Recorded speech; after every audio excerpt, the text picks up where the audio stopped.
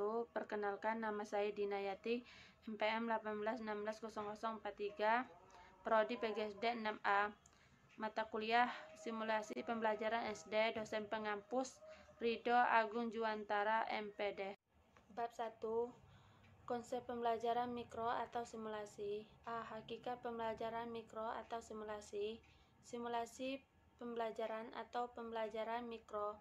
Mikro kecing berasal dari dua kata, yaitu mikro dan kecing. Mikro berarti kecil, terbatas, dan sempit, sedangkan kecing berarti mendidik atau mengajar. Microteaching adalah salah satu pendekatan atau cara untuk melatih keterampilan mengajar yang dilakukan secara mikro atau disederhanakan dalam waktu akomodasi yang terbatas.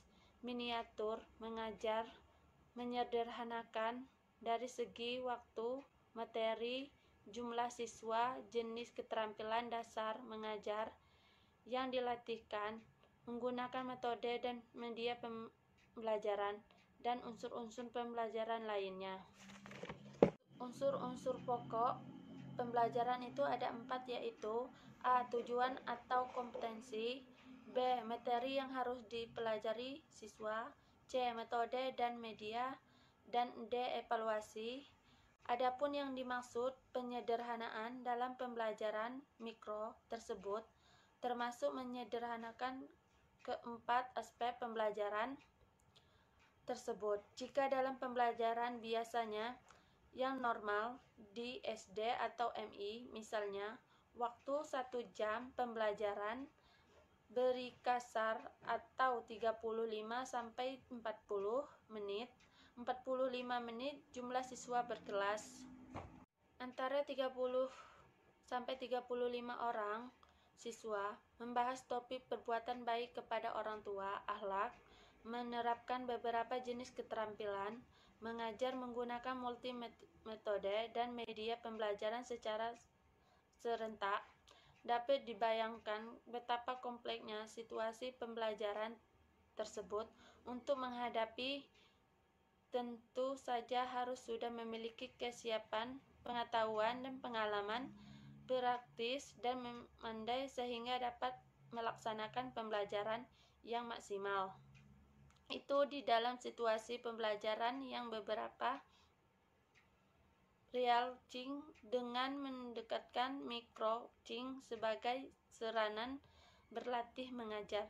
Setiap unsur pembelajaran tersebut disederhanakan. Bentuk penyederhanaan tersebut misalnya waktu pembelajaran yang normal antara 30 sampai 40 menit menjadi 10 sampai 15 menit. Jumlah siswa dalam kondisi sebenarnya berhadapan dengan sejumlah 25 sampai 30 orang dibatasi menjadi 5 sampai 10 orang siswa. Keterampilan dasar mengajar yang bermacam-macam itu dalam simulasinya hanya difokuskan kepada keterampilan tertentu saja.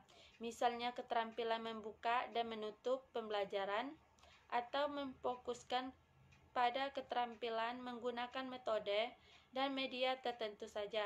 Terserah antara unsur mana yang akan dilatihkan setiap calon guru atau mahasiswa keguruan yang sedang berlatih atau guru yang sedang meningkatkan keterampilan dasar. Mengajarnya melalui pembelajaran mikro. Diobservasi dan dianalisis oleh observasi atau supervisor yang telah dipersiapkan sebelumnya. Kegiatan observasi dimaksud untuk mencermati dan menyimpulkan kelebihan dan kekurangan setiap peserta dan berlatih.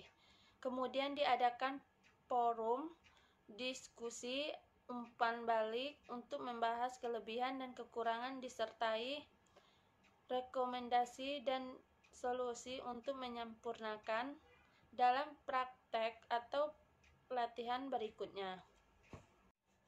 B. Tujuan dan manfaat pembelajaran mikro. Keberadaan pembelajaran mikro dan struktur kurikulum pendidikan guru dimaksudkan untuk memfasilitasi para calon menggunakan kecil dan sementara maupun menggunakan yang berkelanjutan C. Keterampilan menggunakan media atau alat. Keterampilan dan proses pembelajaran ditanda dengan adanya perubahan tingkat laku. Perubahan tingkah laku tersebut baik yang menyangkut perubahan pengetahuan, kognitif, keterampilan psikomotor, maupun yang menyangkut nilai dan sikap efektif. Dalam proses pembelajaran ada banyak faktor yang mempengaruhi tercapaian tujuan pembelajaran, diantaranya kompetensi guru, kondisi peserta didik di lingkungan belajar, metode pembelajaran, teknik pendekatan, serta yang tidak kalah penting adalah media pembelajaran. Pada kenyataan, proses pembelajaran seringkali berjalan dan berlangsung khusus efektif. Komponen dan contoh media dan alat pembelajaran. 1. Media audio, yaitu media yang digunakan sebagai alat bentuk pembelajaran yang mempunyai sifat dapat didengar oleh peserta didik, misalnya radio, tape recorder. 2. Media visual, yaitu media yang digunakan alat bentuk dalam pembelajaran yang mempunyai sifat dalam dilihat oleh peserta didik, misalnya peta, gambar, pemandangan, grafis, benda nyata, dan lain-lain. 3. Media audiovisual, yaitu media yang digunakan sebagai alat bentuk dalam pembelajaran yang mempunyai sifat dapat dilihat, didengar oleh peserta didik, misalnya televisi, film, video, dan lain-lain. D. Keterampilan menjelaskan. Secara etimologis, kata penjelasan bermakna membuat sesuatu menjadi jelas. Menurut Raffles Kosasih 1985, menjelaskan berarti mengorganisasikan isi pembelajaran dalam urutan yang tercapai sehingga dengan mudah dapat dipahami oleh siswa. Lebih lanjutnya, menyatakan pembelajaran adalah menyajikan informasi lisan yang diorganisasi secara sistematik dan tujuan untuk menunjukkan hubungan sebab akibat atau antara yang diketahui dengan belum diketahui. Keterampilan menjelaskan dalam pembelajaran adalah proses menyajikan informasi secara lisan yang diorganisasi dalam sistematik atau runtutan untuk menunjukkan bahwa ada hubungan antara satu pesan dan keterampilan pasiasi stimulus. Seperti itu menjadi guru harus segera mencari strategis untuk mengatasi agar siswa menjadi semangat, berbagai dan penuh motivasi sehingga pembelajaran akan berjalan secara efektif dan efisien. F. Keterampilan bertanya. Secara etimologis, keterampilan bertanya pada dilihat maknanya dari dua suku kata, yaitu keterampilan dan tanya-tanya.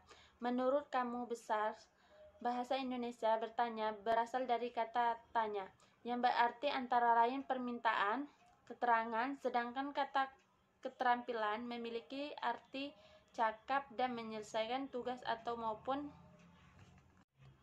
cakatan berdasarkan pada arti secara etimologis tersebut. Maka secara sederhana, keterampilan bertanya dapat dirumuskan sebagai cakapan atau keterampilan seseorang yang mengajukan pertanyaan untuk meminta keterampilan atau menjelaskan dari orang lain atau pihak yang menjadi walan bicara.